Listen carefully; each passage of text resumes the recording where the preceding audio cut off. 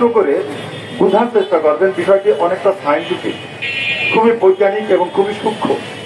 সে কারণেই এই সমস্ত জায়গায় উচ্চ স্তরে ভাষণ চলে যে এখানে কোনো সূক্ষ্ম জ্ঞানগর্ভ বা বৈজ্ঞানিক বিশ্লেষণ শুনতে যাবে, কিন্তু সমাজ এবং সময়ের দাবি আজকে এটা একটু সূক্ষ্মভাবে বলা দরকার। বলছি, বাংলাদেশের পূর্ব অঞ্চলে আজকে 10টি জেলা পানির তলে ডুবে গেছে, কিন্তু আমাদের পার্শ্ববর্তী রাষ্ট্র ভারত তারা বলছে এটা প্রাকৃতিক বন্যা, প্রাকৃতিক দুর্যোগ।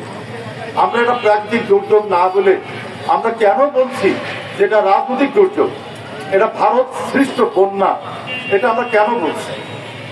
বন্ধুগণ, এই বিষয়টা আমাদের একটু সূক্ষ্মভাবে বোঝা দরকার। আপনারা জানেন যে গত জুলাই মাসে বাংলাদেশে সারা দেশব্যাপী গণহত্যা হয়েছে এবং তারই প্রেক্ষিতে